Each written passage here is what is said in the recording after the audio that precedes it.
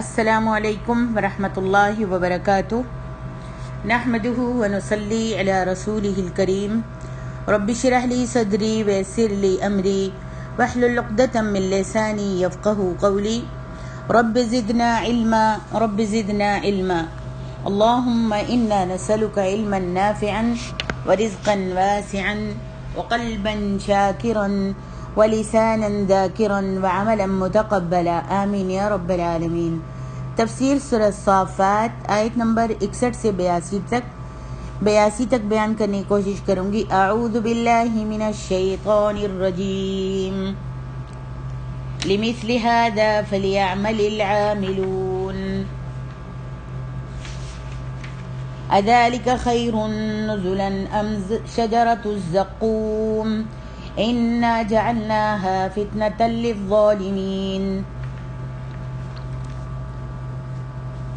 انها شجرة تخرج في اصل الجحیم طلعها كأنه رؤوس الشياطين فإنهم لآكلون منها فمالئون منها البطون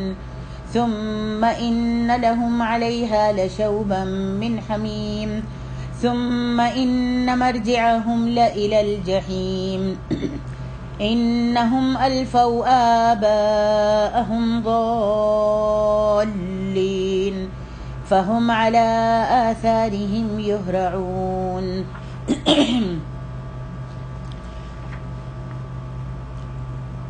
عمل کرنے والوں کو تو ایسی ہی کامیابی کے لیے عمل کرنے چاہیے۔ کیا یہ مہمانی بہتر ہے یا دوزخ میں تھور کا درخت؟ بلا شبہ ہم نے اسے ظالموں کے لیے آزمائش بنایا ہے۔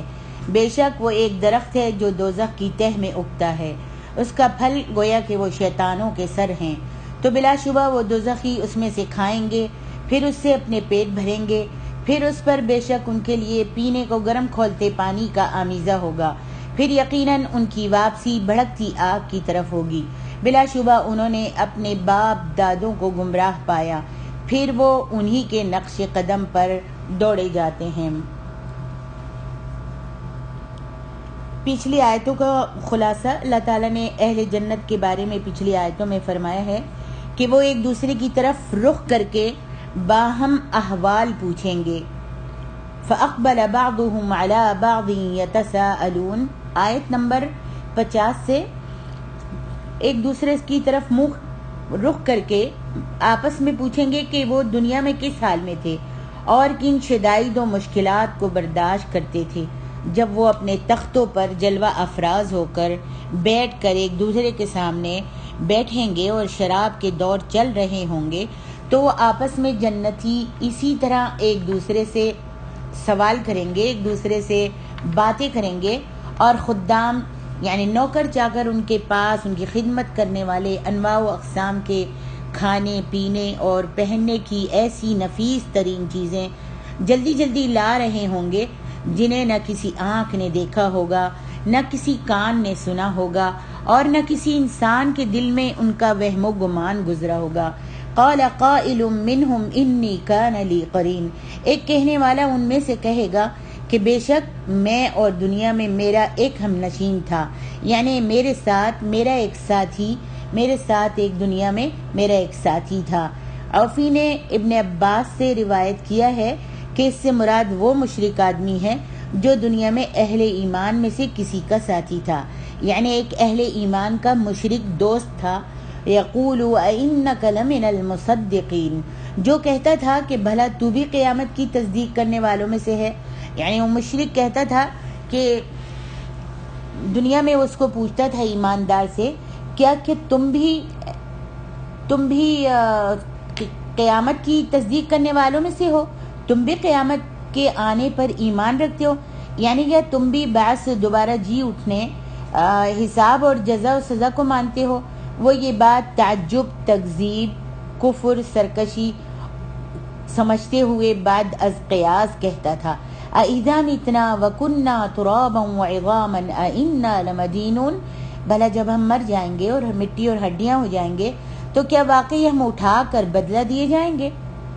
ارشاد باری تعالیٰ ہے قال هل انتم مطلعون، پھر کہے گا کہ بھلا تم اسے جھانک کر دیکھنا چاہتے ہو؟ یعنی جنتی جنت کے اپنے ساتھیوں اور ہم نشینوں سے یہ کہے گا فاطلع فرآہ فی سواء الجحیم، کیا تم جنتی جنت کے اپنے ساتھیوں اور ہم نشینوں سے یہ کہے گا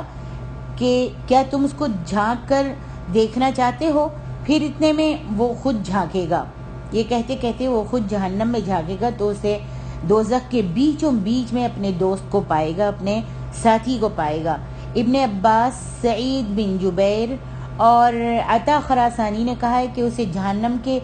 وسط میں بیچوں بیچ میں دیکھے گا، اور حسن بصری رحمۃ اللہ علیہ کہتے ہیں کہ جہنم کے وسط میں یعنی درمیان میں اسے دیکھے گا، گویا وہ آگ کا انگارہ ہے جو جل رہا ہے۔ قالت اللہ ان کدت لتردین، وہ کہے گا اللہ کی قسم تو مجھے ہلاک کر ہی چکا تھا۔ مومن اس کافر سے مخاطب ہو کر کہے گا کہ اگر میں تمہاری بات مان لیتا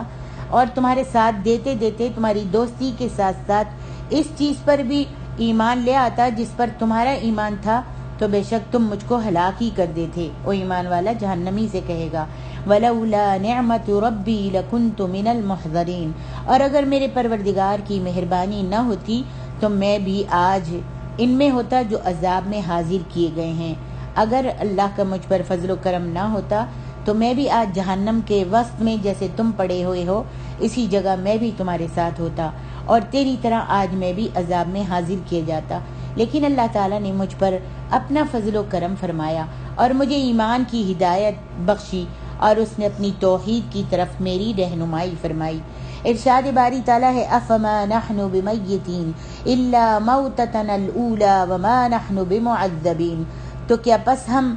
اب ہم مرنے والے نہیں، اپنے پہلی بار مرنے کے سوا اور نہ ہمیں عذابی ہوگا۔ یہ مومن کی بات ہے جو خود پر رشک کر رہا ہوگا،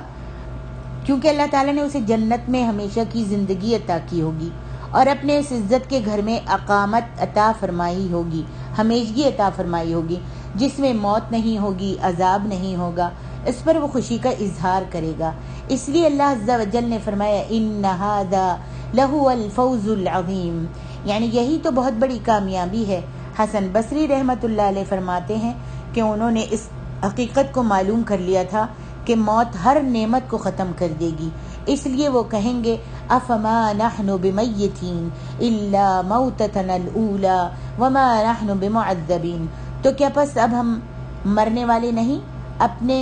پہلی بار مرنے کے سوا اور نہ ہمیں عذاب ہی ہوگا؟ کہا جائے گا نہیں، تو وہ کہیں گے ان ھذا لہو الفوز العظیم، بے شک یہی تو بڑی کامیابی ہے۔ ارشاد باری تعالیٰ ہے لمثل ھذا فلیعمل العاملون، ایسی ہی کامیابی کے لیے عمل کرنے والوں کو عمل کرنے چاہیے۔ اس کے بارے میں ابن جریر نے فرمایا کہ یہ اللہ تعالیٰ کا کلام ہے اور اس کے معنی یہ ہیں کہ اس طرح کی نعمتوں اور اس طرح کی کامیابیوں کے لیے عمل کرنے والوں کو چاہیے کہ دنیا میں ایسے عمل کریں تاکہ آخرت میں وہ ان سے شاد کام ہوں۔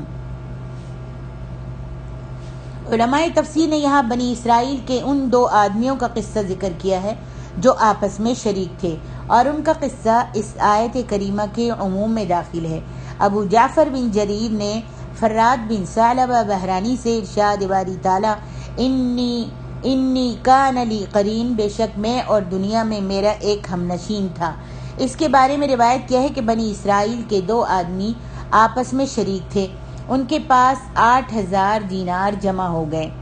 ان میں سے ایک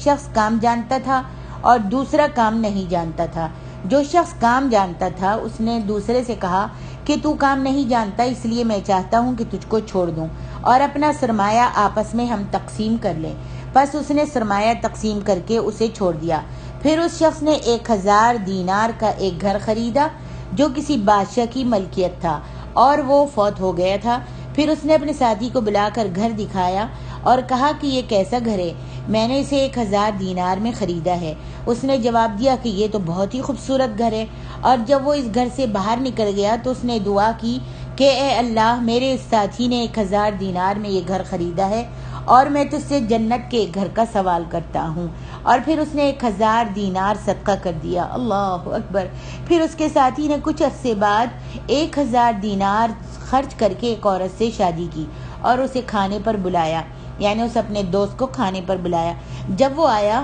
تو اس نے اسے بتایا کہ میں نے 1000 دینار خرچ کر کے اس عورت سے شادی کی ہے۔ اس نے کہا بہت خوب، اور جب وہ اس کے پاس سے گیا تو کہا اے میرے رب، میرے ساتھی نے 1000 دینار خرچ کر کے شادی کی ہے اور میں تجھ سے حور عین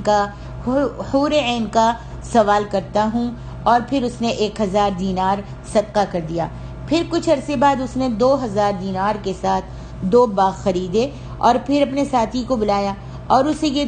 2 باغ جو تھے وہ دکھائے۔ اس نے کہا یہ بہت خوبصورت باغ ہیں، اور جب اس کے پاس سے گیا تو اس نے دعا کی اے میرے رب، میرے اس ساتھی نے 2000 کے 2 باغ خریدے ہیں اور میں تجھ سے جنت میں 2 باغوں کا سوال کرتا ہوں۔ یہ کو کہہ کر اس نے 2000 دینار صدقہ کر دیے۔ پھر فرشتہ آیا اور اس نے دونوں کی روح کو قبض کر لیا، اور اس صدقہ کرنے والے کو اس نے ایک بے حد خوشنما اور خوبصورت گھر میں داخل کر دیا،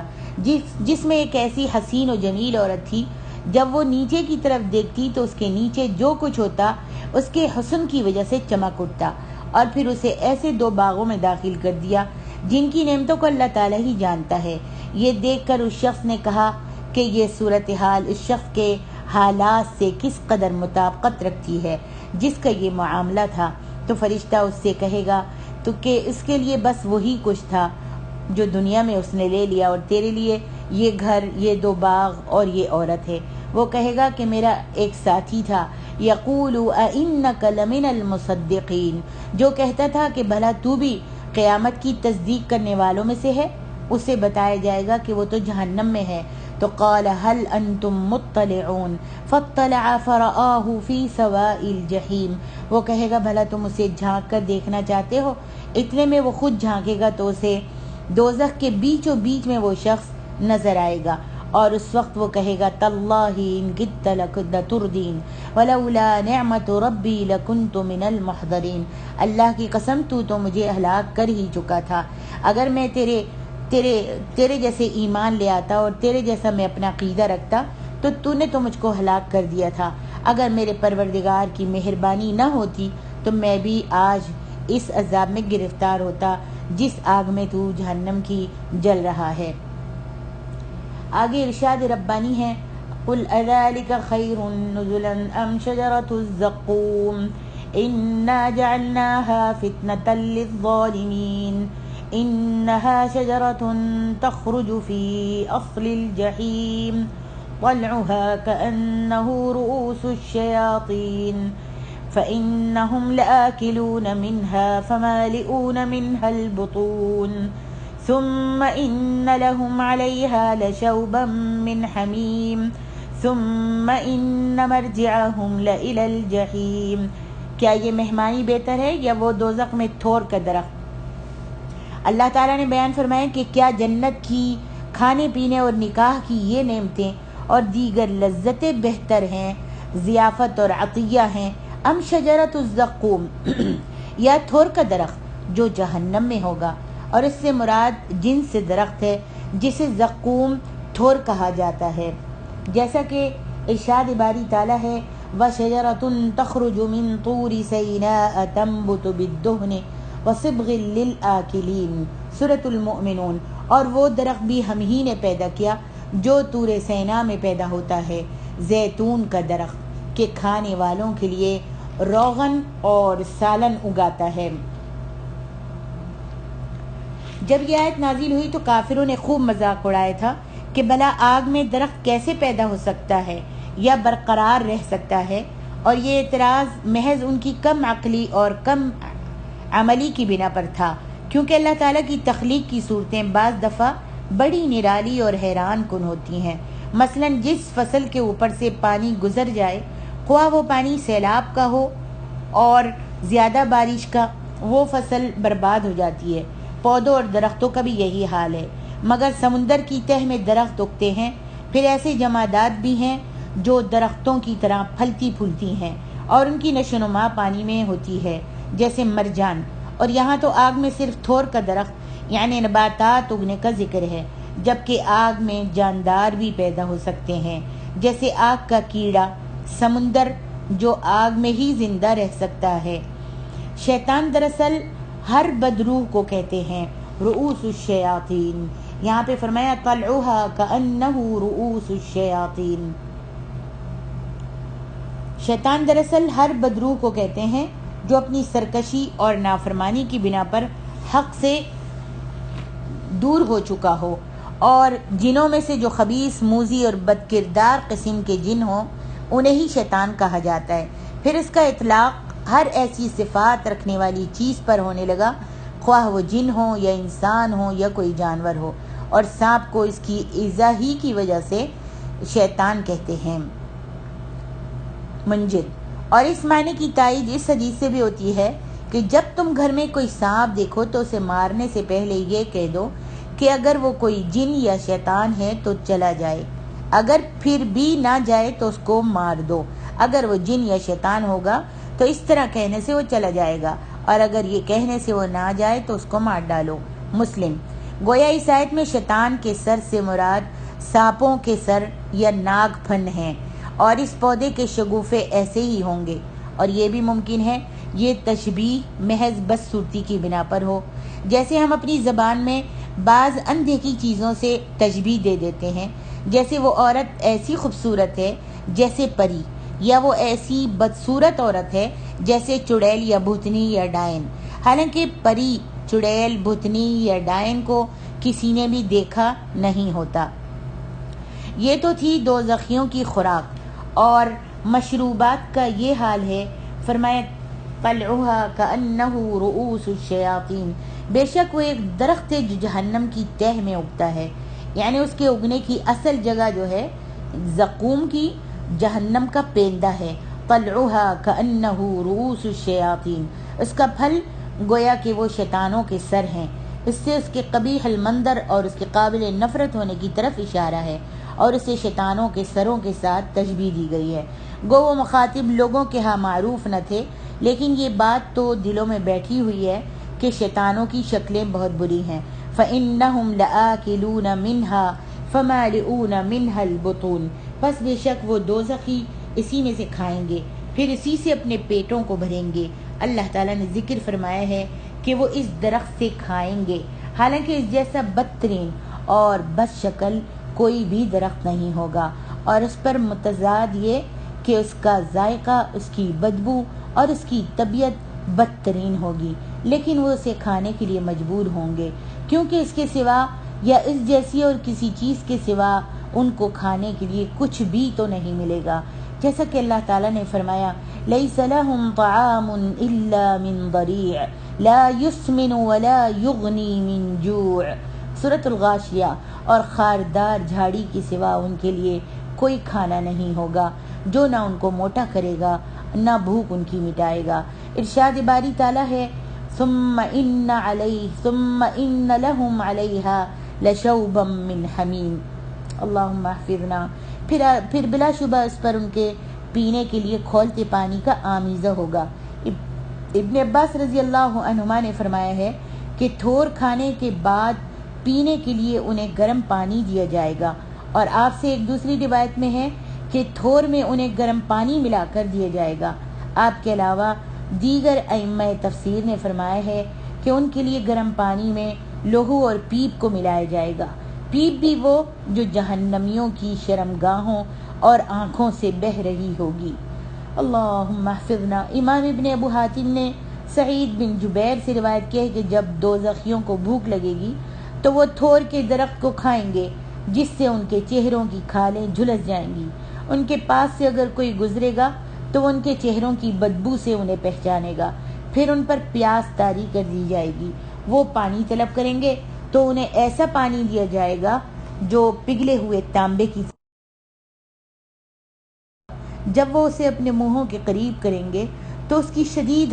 حرارت کی وجہ سے ان کے چہروں کا گوشت بھن جائے گا، کھالیں جل جائیں گی اور پیٹ کی اتڑیاں باہر نکل آئیں گی، اور جب وہ چلیں گے تو ان کی اتڑیاں بہہ رہی ہوں گی اور کھالیں گر رہی ہوں گی، اور پھر انہیں لوہے کے ہتھوڑوں کے ساتھ مارا بھی جا رہا ہوگا، جس سے ایک ایک عضو مارنے کی وجہ سے ٹوٹ جائے گا اور وہ موت مانگنے لگیں گے۔ ارشاد باری تعالیٰ ہے ثم ان مرجعهم لإلی الجحیم، یقیناً ان کو دوزخ کی طرف لوٹایا جائے گا، پھر اس فیصلے کے بعد ان سب کو شعلے مارتی ہوئی آگ، بھڑکتے ہوئے جہنم اور دہکتے ہوئے دوزخ کی طرف لوٹا دیا جائے گا۔ کبھی ایک قسم کی آگ میں جلایا جائے گا اور کبھی دوسری قسم کی آگ میں جلایا جائے گا۔ اللہم احفظنا۔ اسی طرح امام قتادہ نے بھی اس آیت کی تفسیر بیان کرتے ہوئے سورۃ رحمان کی اس آیت کی تلاوت کی تھی، یطوفون بینہا وبین حمیم آن، اور یہ بہت خوبصورت اور قوی تفسیر ہے۔ سدی نے کہا ہے کہ سیدنا عبداللہ رضی اللہ عنہ کی قرات کے مطابق یہ آیت اس طرح ہے، ثم ان منقلبہم لإلی الجحیم۔ حضرت عبداللہ ابن مسعود رضی اللہ عنہ فرماتے ہیں کہ اس ذات کی قسم جس کے ہاتھ میں میری جان ہے کہ قیامت کے دن ابھی نصف النہار کا وقت بھی نہیں ہوگا کہ اہل جنت جنت میں قیلولہ کریں گے اور اہل دوزخ دوزخ میں آگ کے ساتھ قیلولہ کریں گے۔ پھر انہوں نے اس آیت کو پڑھا، اصحاب الجنت یومئذ خیر مستقرا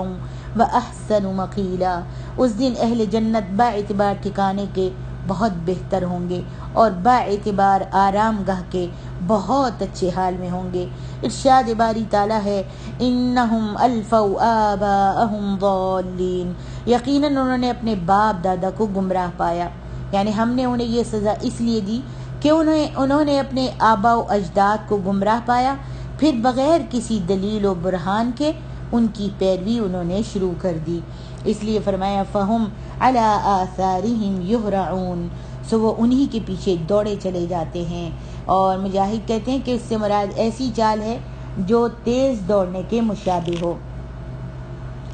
اور اپنے باپ دادا کے پیچھے چلنے سے ان کے پیچھے وہ بھی بے وقوف بنے جاتے ہیں۔ انہوں نے یہ سوچنے کی زحمت گوارا ہی نہیں کی تھی کہ جو کچھ ان کے آبا و اجداد کرتے آ رہے ہیں وہ درست ہے یا غلط۔ جس راہ پر انہیں چلتے دیکھا اسی پر وہ دوڑنے لگے۔ کنواں کھائی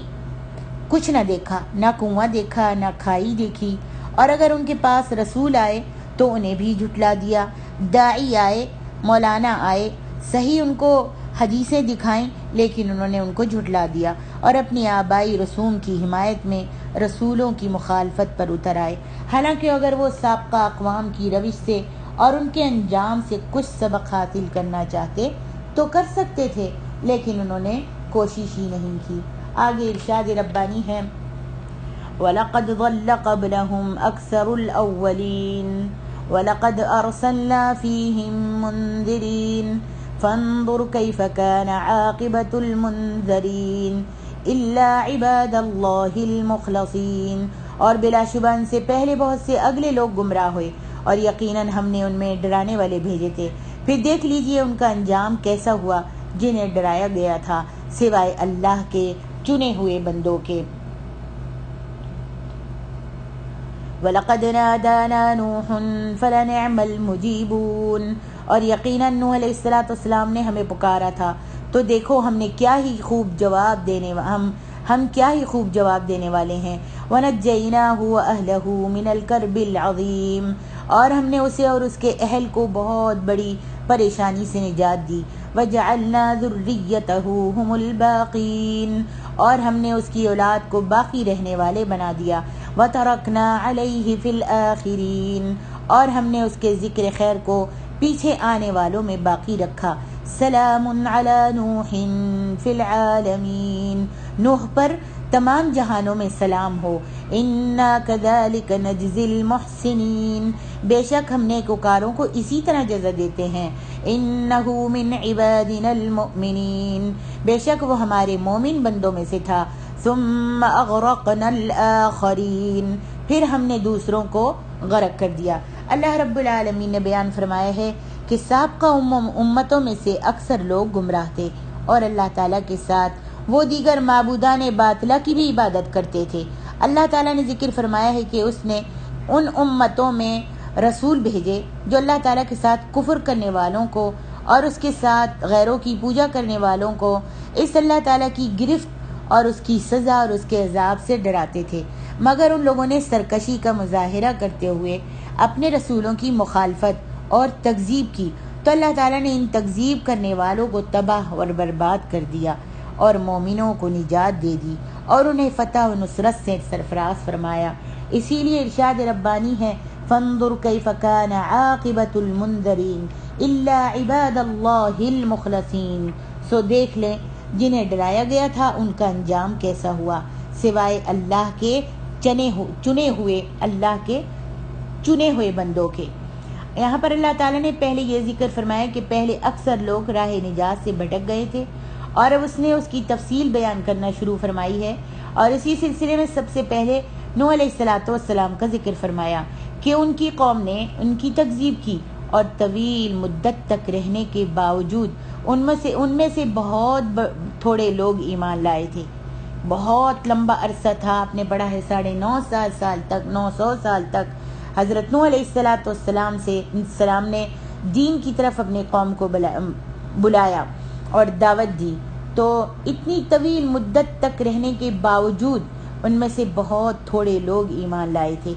آپ ان میں 950 سال تک رہے تھے۔ جب ان کی مخالفت طویل اور تکذیب بہت شدید ہو گئی، اور انہوں نے اپنی قوم کو جب بھی اللہ تعالیٰ کی دین کی طرف دعوت دی ان کی نفرت میں اضافہ ہی ہوتا گیا، تو انہوں نے اپنے پروردگار سے دعا کی کہ بے شک میں بے بس ہوں اللہ، اب تو ہی ان سے بدلہ لے لے۔ تو نوح علیہ السلام کے قوم سے ناراض ہونے کی وجہ سے اللہ تعالیٰ بھی ان کی قوم سے شدید ناراض ہو گیا، اسی لیے اس نے فرمایا وَلَقَدْ نَادَانَا نُوحٌ فَلَنِعْمَ الْمُجِيبُونَ، اور البتہ تحقیق نوح نے ہمیں پکارا، سو دیکھ لو کہ ہم دعا کو کیسے اچھے قبول کرنے والے ہیں۔ ہم نے ان کی دعا کو بہت ہی اچھے طریقے سے قبول کیا۔ وَنَجَّيْنَاهُ وَأَهْلَهُ مِنَ الْكَرْبِ الْعَظِيمِ، اور ہم نے ان کو اور ان کے گھر والوں کو بہت بڑی پریشانی سے نجات دی۔ بڑی پریشانی سے مراد تکذیب اور اذیت ہے۔ وَجَعَلْنَا ذُرِّيَّتَهُ هُمُ الْبَاقِينَ، اور ہم نے ان کی اولاد کو ہی باقی رہنے والے کر دیا۔ علی بن ابو طلحہ نے ابن عباس رضی اللہ عنہما سے روایت کیا ہے کہ نوح علیہ السلام کی اولاد ہی باقی رہی تھی، اور سعید بن ابو عروبہ نے قتادہ سے اور اس آیت کریمہ کی تفسیر میں روایت کیا ہے کہ سب لوگ نوح علیہ السلام ہی کی اولاد میں سے ہیں۔ امام ترمذی، ابن جریر اور ابن ابو حاتم نے سمرہ رضی اللہ عنہ سے روایت کیا ہے کہ نبی صلی اللہ علیہ وسلم نے اس آیت کے بارے میں فرمایا حام و سام و یافس، اولاد سے مراد حام، سام اور یافس ہیں۔ امام احمد نے سمرہ رضی اللہ عنہ سے روایت کیا ہے کہ نبی صلی اللہ علیہ وسلم نے فرمایا سام ابو العربی وحام ابو الحبش ویافس ابو الروم، سام عربوں کے باپ، حام حبشیوں کے باپ اور یافس رومیوں کے باپ ہیں۔ یہ تینوں نام نوح علیہ السلام کے بیٹوں کے نام ہیں۔ ارشاد باری تعالیٰ ہے وَتَرَكْنَا عَلَيْهِ فِي الْآخِرِينَ، اور ہم نے پیچھے آنے والوں میں اس کے ذکر جمیل کو باقی چھوڑ دیا۔ اس کے بارے میں ابن عباس رضی اللہ عنہ فرماتے ہیں کہ انہیں ہمیشہ اچھے الفاظوں میں یاد کیا جاتا رہے گا، یعنی حضرت نوح کو اچھے الفاظوں میں یاد کیا جاتا رہے گا۔ اور مجاہد کہتے ہیں کہ اس کے معنی یہ ہیں کہ تمام انبیاء کرام ان کا ذکر خیر، یعنی نوح علیہ السلام کا ذکر خیر اور تعریف کریں گے۔ امام قتادہ اسادی کا قول ہے کہ پیچھے آنے والوں میں اللہ تعالیٰ نے ان کے لیے اچھی تعریف کو باقی رکھا ہے۔ سلام علی نوح فی العالمین، تمام جہانوں میں نوح پر سلام ہو۔ یہ اس ذکر جمیل اور ثنائے حسن کی تفسیر ہے جو اللہ تعالیٰ نے باقی رکھی ہے کہ تمام جماعتیں اور امتیں ان پر سلام بھیجتی رہیں گی۔ انا کذالک نجزی المحسنین، بے شک ہم نیکوکاروں کو اسی طرح بدلہ دیا کرتے ہیں، یعنی بندگان الہی میں سے جو شخص بھی احسن انداز میں اللہ تعالیٰ کی اطاعت بجا لائے تو ہم اسی طرح اسے اچھا بدلہ دیا کرتے ہیں کہ بعد میں آنے والے لوگوں میں حسب مرتبہ اس کا ذکر جمیل جاری کر دیتے ہیں۔ انہو من عبادنا المؤمنین، بے شک وہ ہمارے مومن بندوں میں سے تھے، یعنی تصدیق کرنے والوں، توحید کو اختیار کرنے والوں اور ایمان و یقین رکھنے والوں میں سے تھے نوح علیہ السلام۔ ثم اغرقنا الآخرین، پھر ہم نے دوسروں کو غرق کر دیا، یعنی ہم نے انہیں ہلاک کر دیا، ان میں سے کوئی فرد بشر باقی نہیں بچا، ان کا کوئی ذکر اور کوئی نشان بھی نہیں رہنے دیا۔ اور اگر انہیں یاد کیا بھی جاتا تو اسی بدترین صفت کے ساتھ کہ انہوں نے اللہ تعالیٰ اور اس کے رسول کی نافرمانی کی، تو انہیں غرق کر کے تباہ اور برباد کر دیا گیا تھا۔